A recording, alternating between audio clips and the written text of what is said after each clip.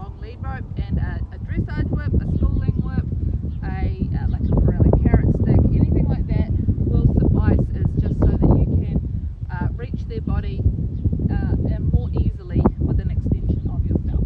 Okay, so one of the first things that we want to teach them is how to move their forehand over. So good boy, we gotta make sure he's alright with the stick rod. Despite being such a massive horse, he is incredibly sensitive and he gets quite worried about a lot of things. So just take a moment to make sure he's okay. I've literally pulled him out of the paddock, given him a quick brush, and pulled him here in front of you. So what we get is raw and natural. Okay. Good boy, good boy. Good boy. Right, so I'm just going to ask his forehand to move over. Good boy, just gentle. You're not supposed to just do the side passing straight away. You're supposed to show people how it goes. Good boy. Right, I'm going to ask him just move his front end over. Okay, so there, I asked him to move his front end over, and rather than do that, he took his hindquarters away. So it gave the appearance that the front end had moved over, but his front end never actually moved. So make sure that when you're asking that front end to move, that it is the front end that moves.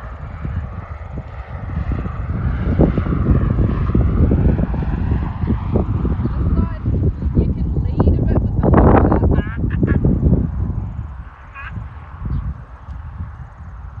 Lead a bit with the halter, that's better, good boy. Okay, so I stopped him and I told him off there because he tried to lead with the shoulder but bend his head away. So it was an avoidance. He was dropping out through his shoulder rather than carrying his whole body over.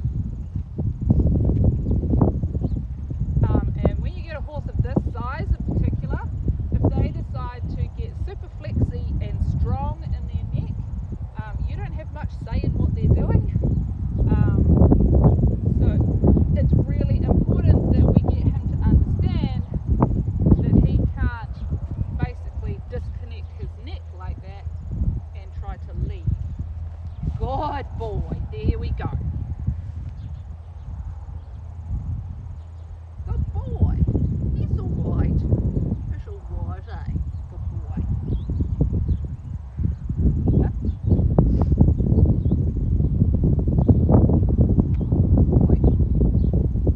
So I just hold under the halter here so I can direct his head. I'm trying to keep his head and neck in line between his shoulders, and he should move it as a unit.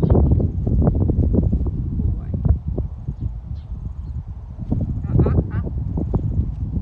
Good boy.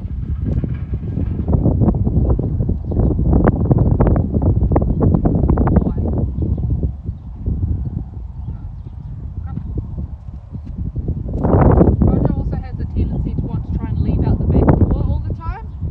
His answer to most things is to go backwards. He knows he has the power in the base of his neck and chest to leave this way. So that is his tendency. Good boy. Good.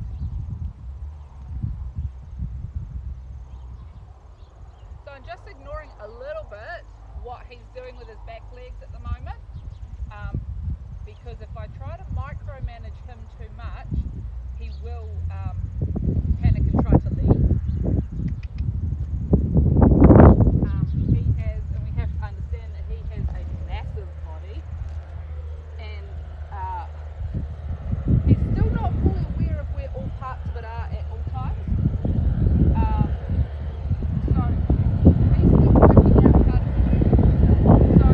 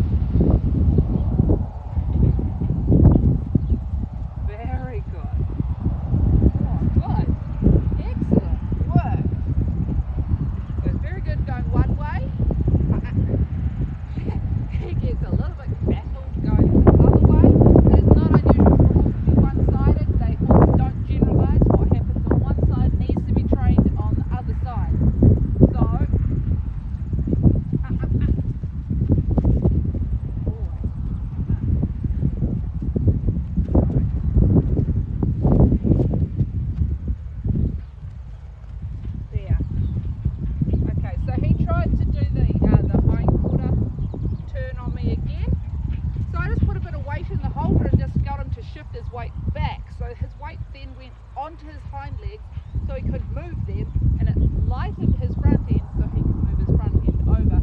So that's what I'm talking about. Like you let them do a little bit and you go, no, that's the wrong thing. This is what I want. And we can manage them a bit without stressing the situation too much. Boy. Right, so we're going to move side. Side's good. Side's very good. This side's very good. Boy. Good. Oh man. I know.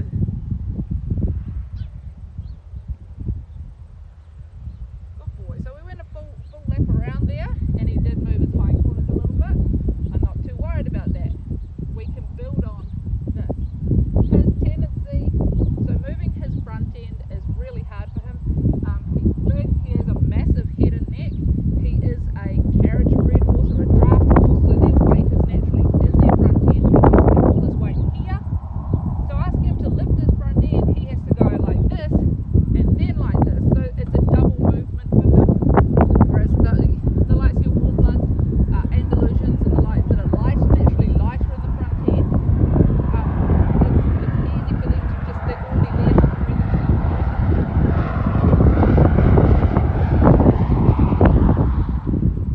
Okay.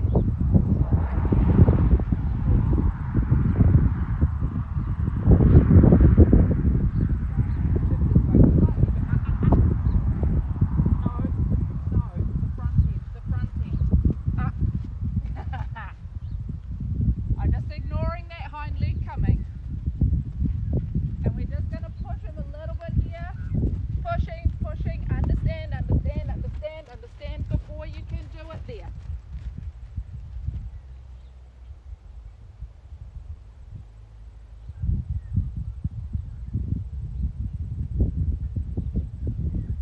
We just give him a moment to go, oh God, okay.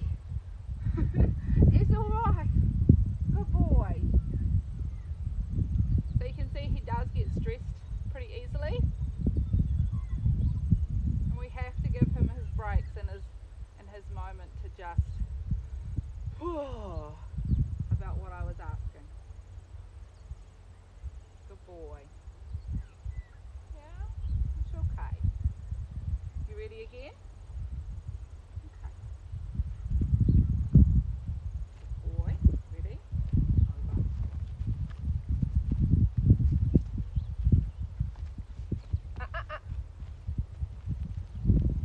Good boy.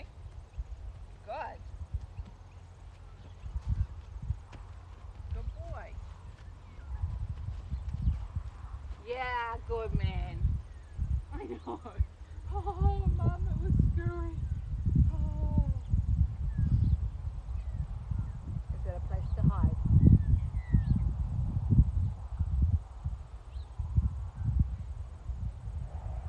Good boy.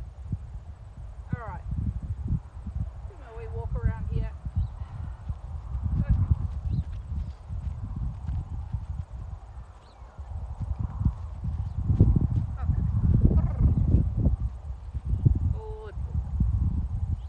Okay.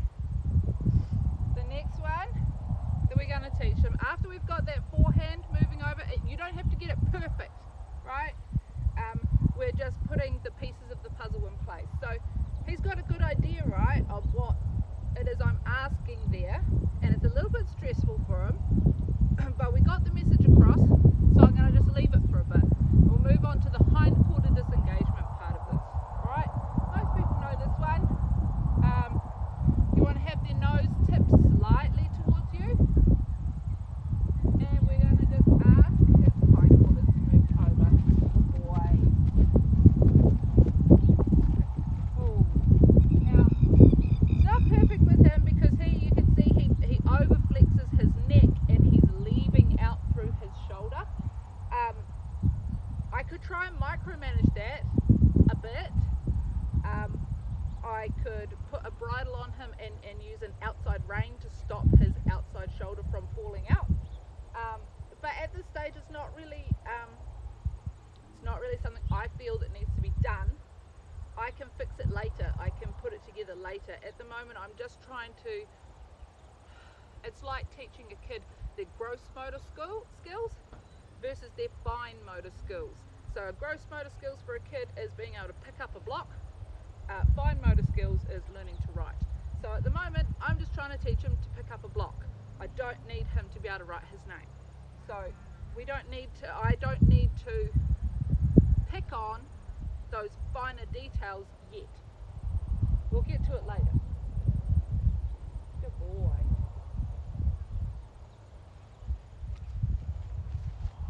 Good boy.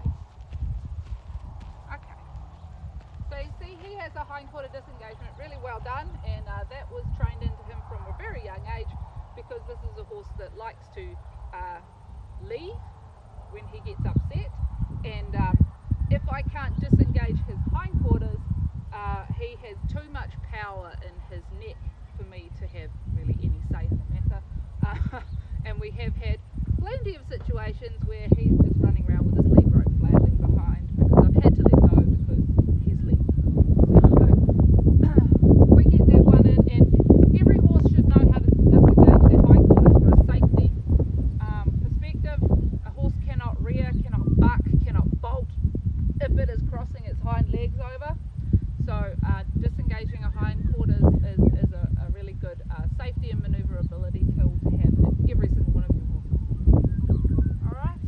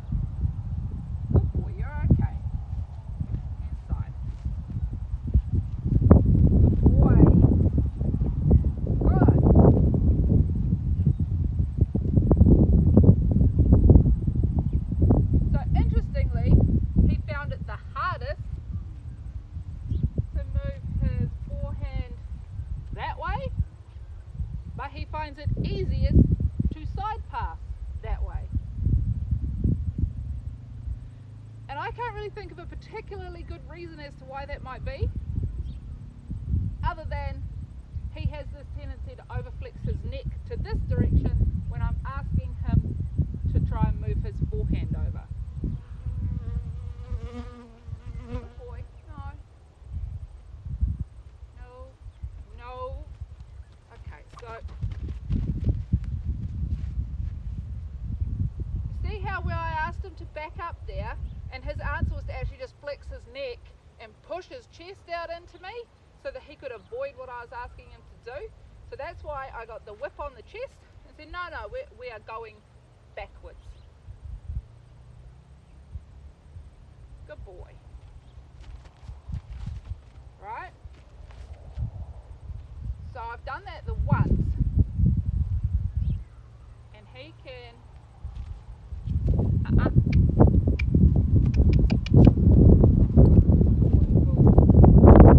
done that the once now, so when he tries to drop his or flex his neck in half like that, I can just bring my whip to here without actually touching him, and he will come back to centre gently.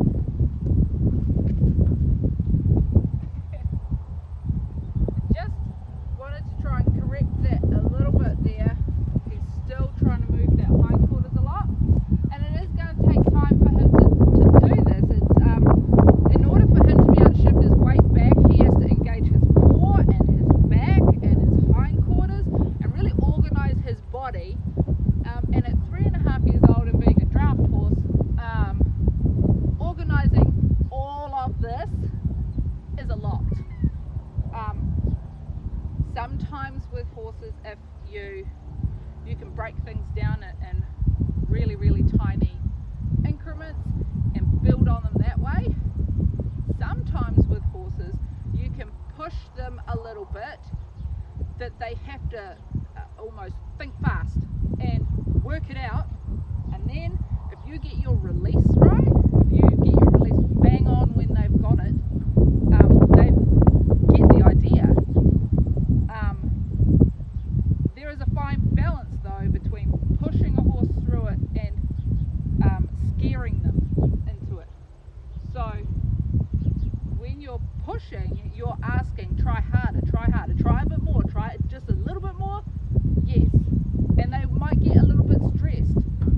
Stress isn't necessarily a bad thing for a horse to experience. If they can get themselves stressed and then learn how to bring themselves back down, that actually develops them a lot better into being a safer, calmer horse for you.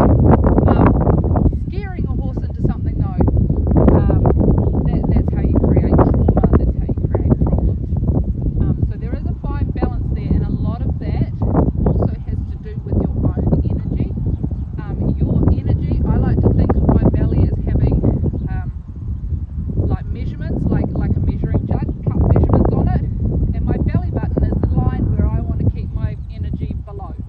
My energy needs to stay down here. If my energy comes up here in my chest, that is anxiety, that is fear, that is anger, that is overwhelm, and that is not energy that I want to project to my horse. So my energy needs to stay down here in the lower part of my belly. That's why I'm so fat there, because I'm holding all my energy in.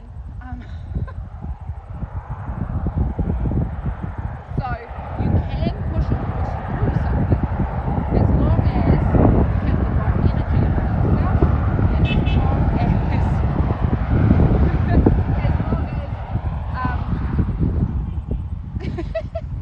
long as people tooting going past. So as long as you have the right energy about yourself, and as long as you have your release on point, right? Your release has to be accurate, and if you can't get your release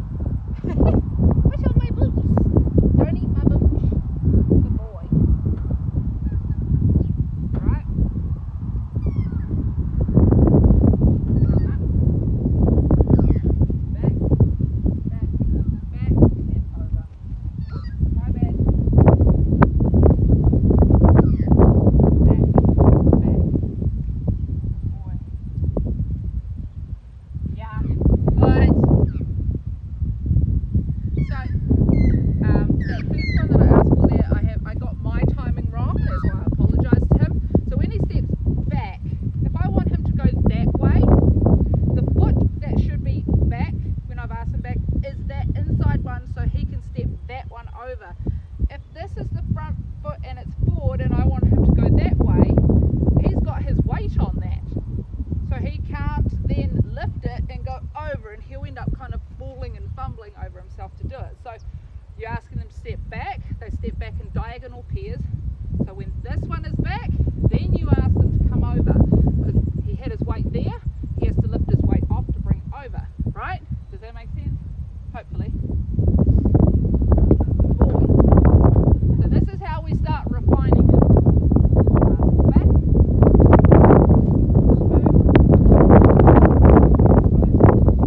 Good. Bit more back. And over.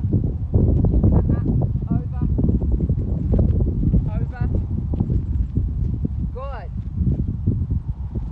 Okay, so there's two ways also that you can get them to step over. You can get them to step that leg in behind or in front. If you are going to allow them to step in front, you have to understand that the horse then also needs forward motion. So if you're letting them step in front of themselves, which is generally the easiest way to teach them in the first place, because when they have forward motion they don't feel trapped. If you let them go, so it's sometimes better to be in an open space and you can allow that forward movement. If you want them to go dead in a straight line that way, sideways, it's often better to do it against the fence. I can't do it here, all my fences are just electric wire, not a good idea, but they will need to step behind themselves to do it. And the best way to teach that is to have some sort of barrier in front of them, like a fence, so that they can't make that forward motion, so that their only option is then to step in behind themselves to do it. Good boy.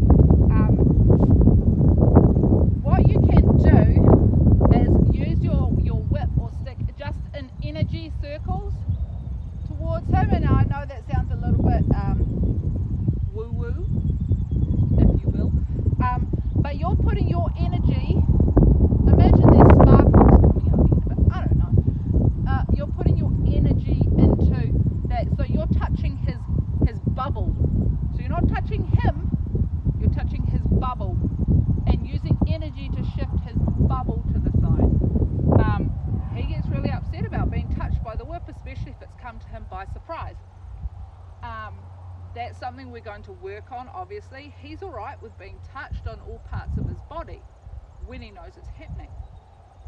Well, if you sneak up on him, like with a whip, and you touch him through his flank or his belly and stuff in those sensitive spots, especially because he was a stallion up until 6 months ago, he's going to be protective of those. So we find ways, not around it, because we're not avoiding it. We're going to build on this, but for now we need to make it comfortable for him so that he can not be concerned and can focus on trying to be successful in the movement that I'm trying to teach him. Alright, so we go here.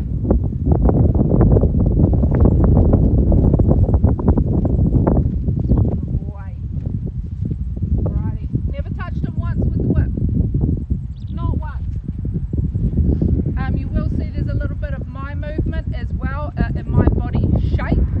I'm kind of leading with my hips to go, hey, that's the direction I want you to go, and my shoulders are also kind of open that direction, and I'm pushing that way. And you need to not be worried about looking a little bit silly, because your horse will understand your body language before they understand anything else.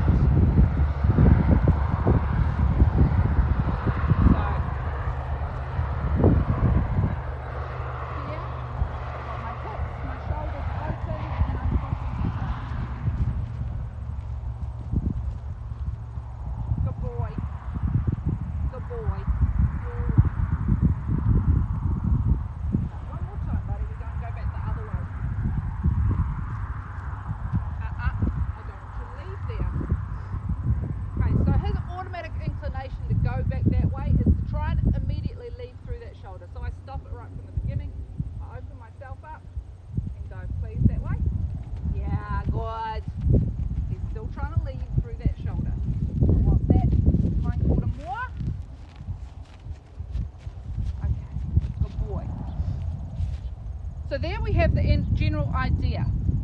I'm going to leave it there with him because I can tell the fact that he's wanting to go and grab grass and food and trying to like hide behind me a little bit tells me that he's